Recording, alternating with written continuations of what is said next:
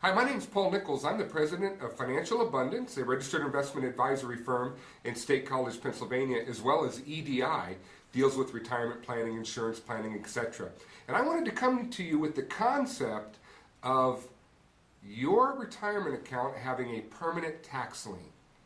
When I say that to people, they look at me quizzically. What are you talking about? My retirement account has a permanent tax lien.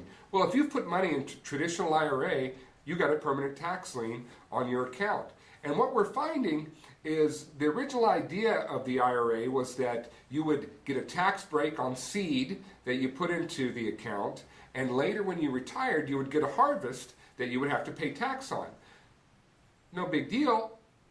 The idea was that you'd be in a lower tax bracket. Well, what we're finding is that doesn't happen very often, because a lot of people, by the time they retire, they've paid off their home, they have no interest deduction, their kids are all gone, they have no children or child deductions, and they're not funding a qualified plan anymore. It is rare for us to see someone in a lower tax bracket than they are prior to retiring, but what we normally see is someone in the same or higher. So I'm often encouraging my clients to rethink making contributions to traditional IRAs, but rather to look at Roths or to look at non-qualified alternatives. The 401k, a lot of people make the mistake of overmatching their 401k. Rather than just going up to what the company will match, they overfund it. And I think that creates an undue tax burden on them down the road. And let me give you an example of that. I have a diagram here.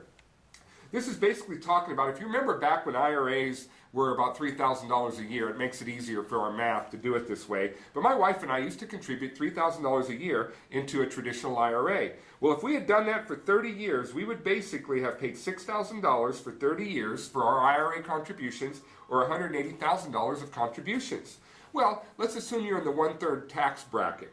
And in 1/3 tax bracket, we have a deduction that we can take as a result of Uncle Sam giving us a break for the seed or the money that we're putting into the IRA. So really, Uncle Sam will give us a $2,000 tax break every year, or a total tax savings of $60,000. Sounds good when you look at it, but you know what happens when you start to take the money out? It's a whole different ballgame. Let's assume that you earn 6% on that 180 for 30 years, and that would equate to $500,000 in the account value of $500,000. Now let's say you want to take only 6% interest off that account, or $30,000 a year. Well, in order to do that, you're going to get taxed, and let's say you're in the same 1/3 tax bracket, just for illustration purposes, you would have a $10,000 tax liability every year you pulled money out of that IRA. So in 6 years, you would pay back all the tax savings you got over 30 years. What's going to happen the next 10, 12, 15, or 20 years when you have to continue to pay tax?